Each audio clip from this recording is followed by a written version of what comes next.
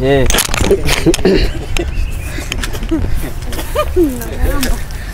You can get your copies here. Na upelekee mwenzako kama ile mwenye unataka kumpelekea umpelekee. Gentlemen, afternoon. My name is Reverend Dr. Selma Sonyango. I'm the Pimac Western Region Observer Coordinator. I want to say I'm happy that because of this international observation, the work is done and the report is being released in my region. That is in Kakamega town, Kakamega County, that now we cover the former Western region. Thank you. Together with me is the CEO of Pimac, Mr. Pius Masai Mwachi, and at this time I want to give him the opportunity to give the report. Thank you. Welcome. Thank you, Dr. Anselmas Onyango. As you are aware, my name is Pius Masai Mwachi. I am the Chief Executive Officer, Pimac International Long-Term Observer Mission, and also the Chief Observer, Pimac International, leading large component of observers who are observing elections 2022 and beyond. Actually, as you are aware that we are covering election, the whole electoral process.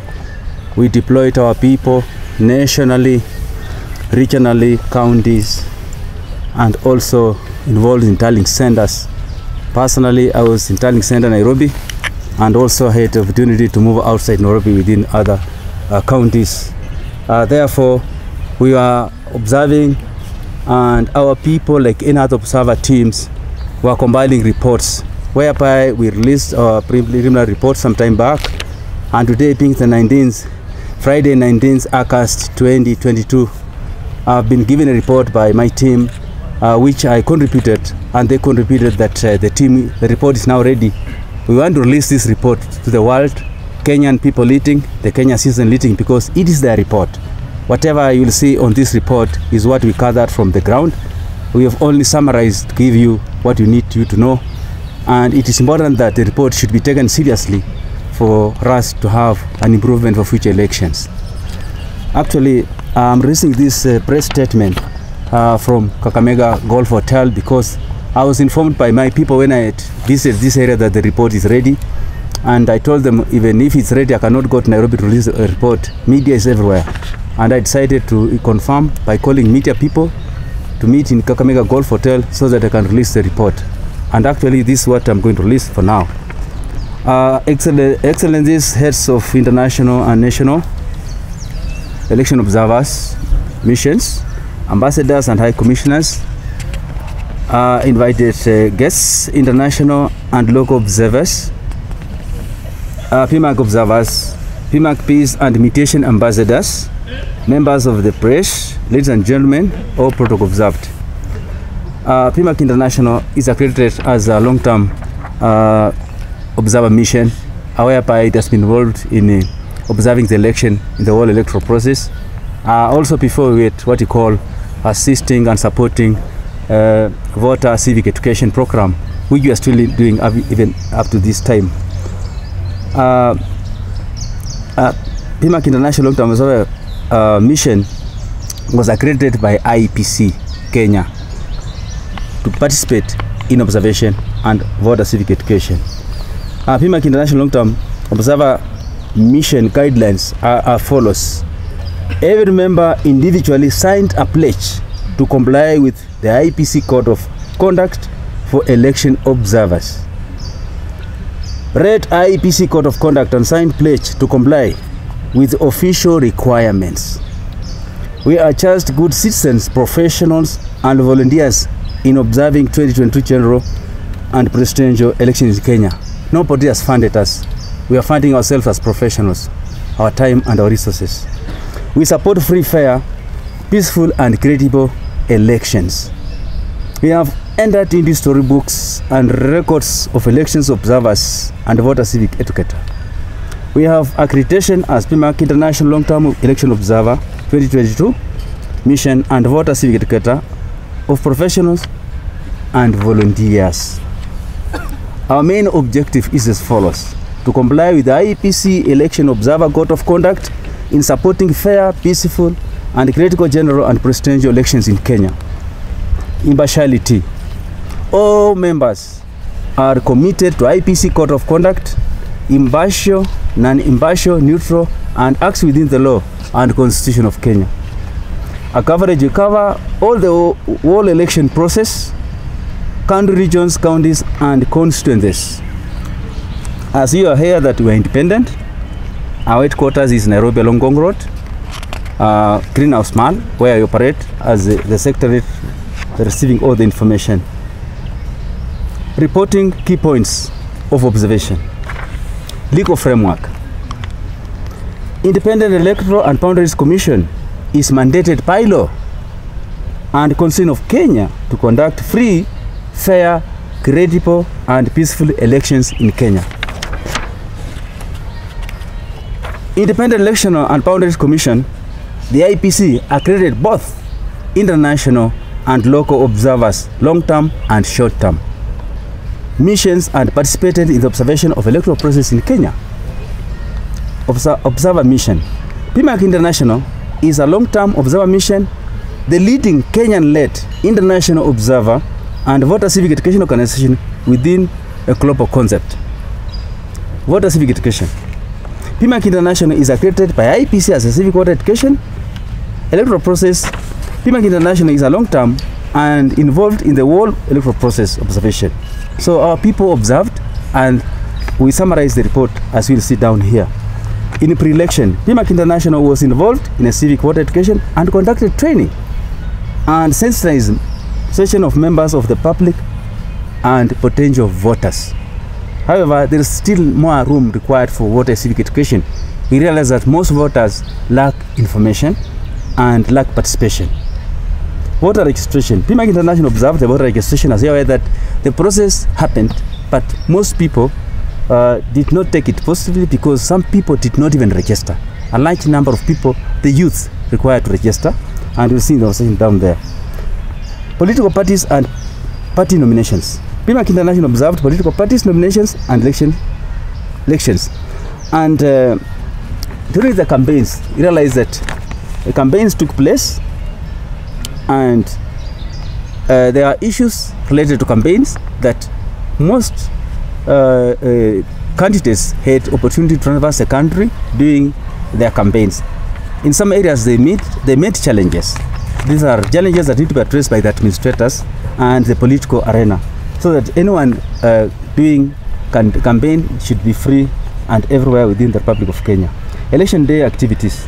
Pimac International participated in observation election activities in Kenya 2022. Media. Pimac International participated in media interviews and discussions whereby we are able to talk to Kenyans, addressing them to be calm, to accept the results. And indeed, up to even right now, we are still telling them that please accept the results, and if there are issues, the affected parties are taking appropriate actions. But us as Kenyans, we did our part, we voted. Just wait for what the law will direct as per any complaint given by any other party involved in the elections. Media. Now, post-election, we will continue with post-election, engaging citizens to accept results, the will of the people of Kenya. You know, the results that people expected is the will of people of Kenya. And indeed, what we know is the election that took place was peacefully up to the last time. But realize that up to the last time, that's where things now started changing, now creating issues that are now being discussed in social and even other arrangements. Our observation is as follows. We observed one item as administration and functioning of the electoral process. The concerns are as follows. Through the whole electoral process, we observed teamwork along the IEBC administration staff. But the way forward, we say that there is need for more openness in discussions and decision-making mechanisms by the commissioners in building trust among themselves and the IEBC chairman. Another observation, National Tallying Center activities were initially open and the commissioners were seen reading and announcing results at the tallying center floor publicly before all players, and media covered the event witnessed by election observers, political agents, among other relevant people present.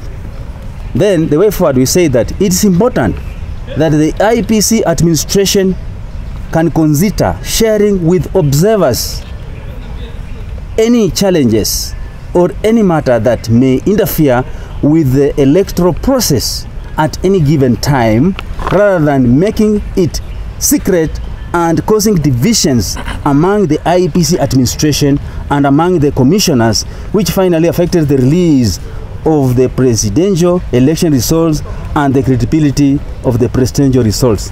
We were there. So it's important for them to share the challenges so that observers can also observe. Maybe Mr. Pius. Yes. For the purposes of news. Yes. Is it possible for you just to... I wanted the public to know those challenges and what we said about them. But because of media, I'll then narrow down to the summaries. But we have this report saying this happened and then this is a way forward. We have given consideration to that. But because I've been requested by media for the purpose of this, and I'll give them this information, they'll use it. I'll just now then go straight away to the recommend. Results of an election must reflect the will of the people as represented on Form 34A original. Action by who? We say that Wafula Chebukati, the chairman, IPC, and the commissioners. That's the action.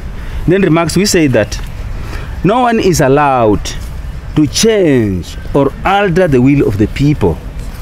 Pimac International long-term election observer mission appeals to IPC Commission to consider resolving their internal conflicts and adhere to their signed oath to serve as commissioners by conducting free, fair, credible, and peaceful general and presidential elections in Kenya 2022. That is, its results must reflect the will of the people who are the voters as represented on Form 34A original, which was shared down there before being sent to Nairobi.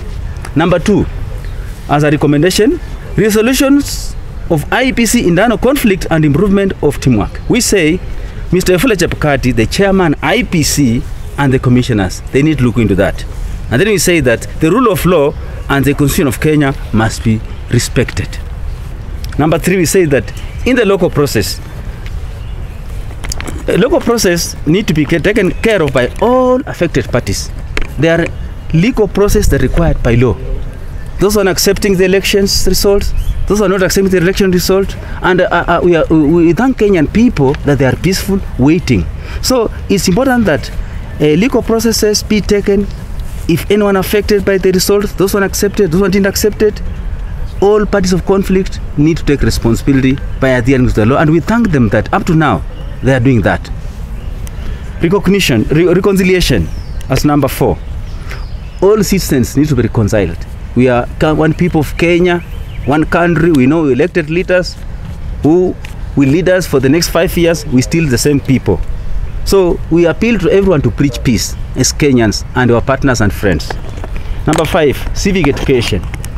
We realize that IEBC is a leading stakeholder in civic education, but all players can consider enhancing civic education for all citizens. This is what is lacking.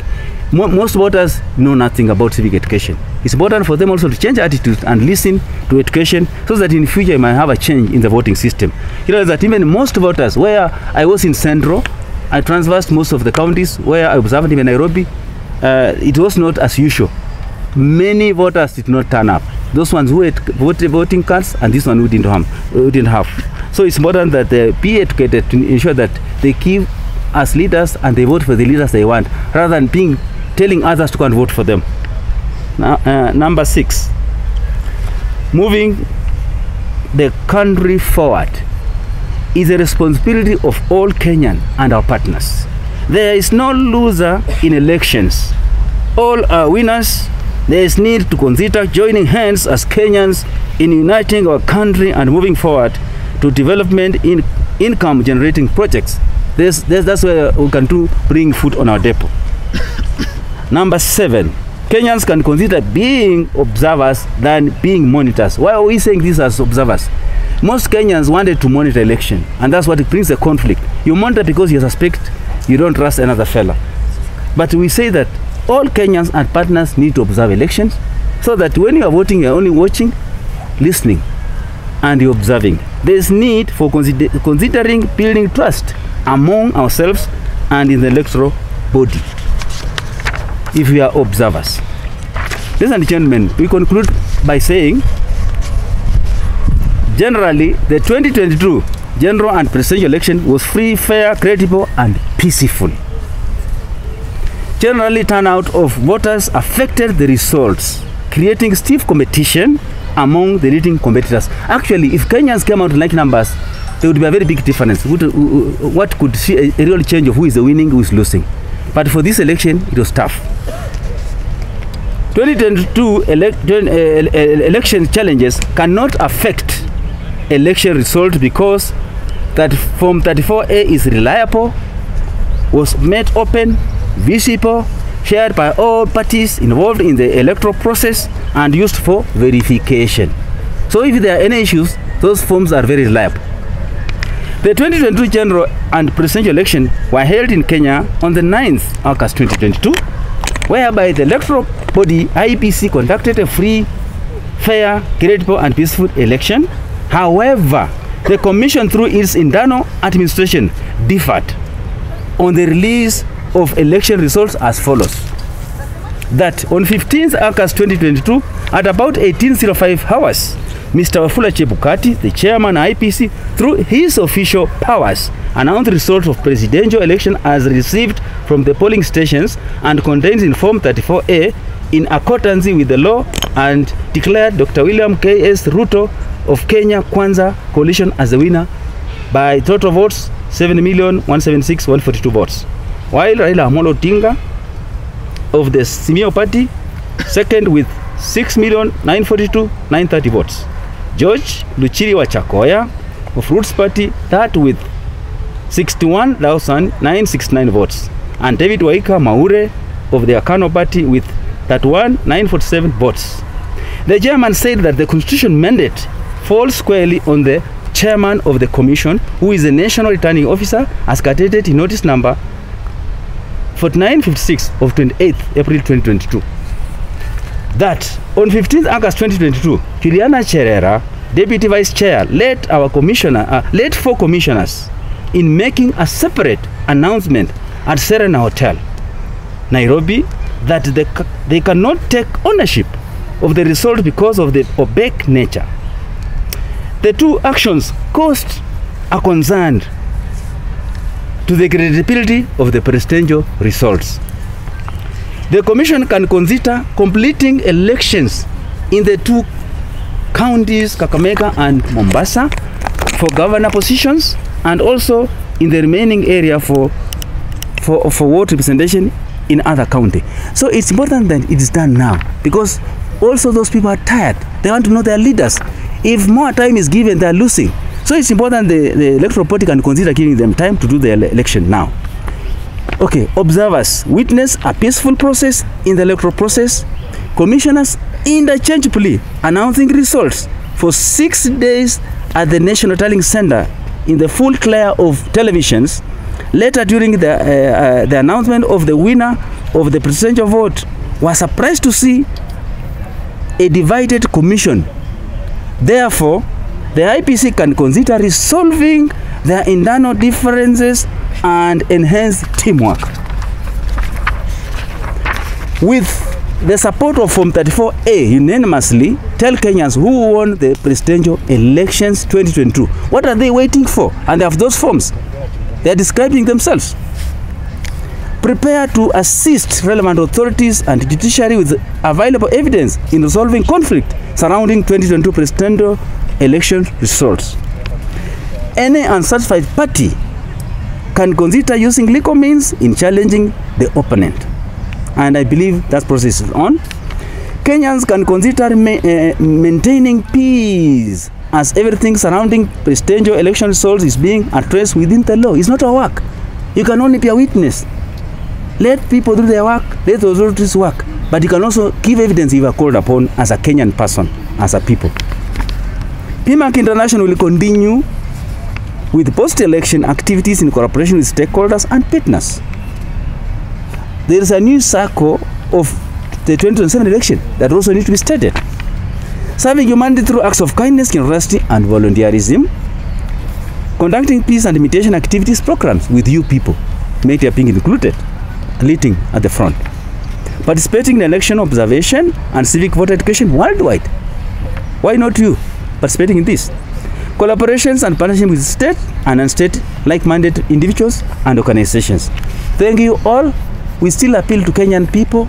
Please, let's be watchful, listen, avoid a lot of information in social media. Many people are writing many statements, and if they are called upon in a court of law, they cannot elaborate, and even they cannot come out clear on what they are saying. It's important that the electoral process, they did a good work. Everyone has commended them for good work. But at the last, the tallying and the announcement of the result has brought problems which can be addressed by the same people. Then let Kenyan live peacefully. And whatever result they'll give the Kenyans, they'll be satisfied because the process was free, fair, credible, and peaceful. Thank you. Any question? That's a very good question. In this election process, you are aware that in every stage, there are people, there are agents, and the observers. And if there were any irregularities, it was now someone pointing it out, here is an irregularity. And an observer can see and then can make a report. If it's not pointed, it's not easy. Like I was in Pimac of Kenya throughout and the final tally process. Even when there's a problem in the commission, we did not know because we are waiting for them to continue finalizing the reading of the results and then giving the final tally. But you see what was happening. Shortly, some other commissioners were in Serena, and then the chairman and some commissioners were left there. So it's important that even for future, that's observers are people who watch independently, impartially, and also listen. So if there are any issues of that nature, it's important that that person watching that puts the attention of the observer so that the observer can include in the report.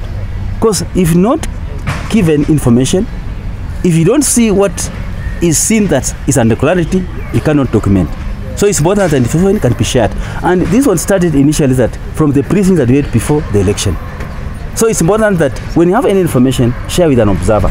An observer will only document and has steps to take with the authorities. But if you don't also give the observer information, he can't know. Observer cannot know some of the things if not highlight or not brought forward for the attention of the observers. In short, are you as observers for the results that were given, or you're against? You know, as observers, we don't tally any information. And that's why we say it clearly remains between the chairman of the IEPC of Lechepkati and the commissioners. And that's why they have an oath they signed. In fact, as for me, they would have just remained in one room, discuss, and then vote, and then come out with clear information for the people. So what they tell us, because they are trusted by law, we'll respect it. And as I said before, the person announcing the result is the chairman. He did it. But these commissioners, they went aside. What they saw, what they announced. Now, all lies with them. The truth is between court and the commissioners. That's why I'm here in Western. I came to observe. And I've been transversing. There is a lot of security. I tell the chairman of IPC and the commissioners, allow people to vote. Don't take people far from what they want. There's a lot of security. The police did the work very well. And the security is everywhere. I've transferred this county of Kakamega. I just came to observe, of course, to see what's happening around here. And that's when I was told the results ready to announce it. I can do it from here. Actually, there is peace. And even Mombasa people have spoken. So what is important here right now, people are losing anxiety. Those ones who wanted to vote. Some wanted to go their place of work. Some have remained waiting. Wanted to vote on 23rd. It has been postponed again. I just appeal to the electoral party, please give people time to vote. Don't take this thing far. It's just required to be done now. The day is tomorrow, not the other day. Okay. Yeah. Thank you. Okay. Yeah, you get copies. Yeah. You can get your copies here. Na upelekee mwenzao kama ile mwenye unataka kumpelekea umpelekee.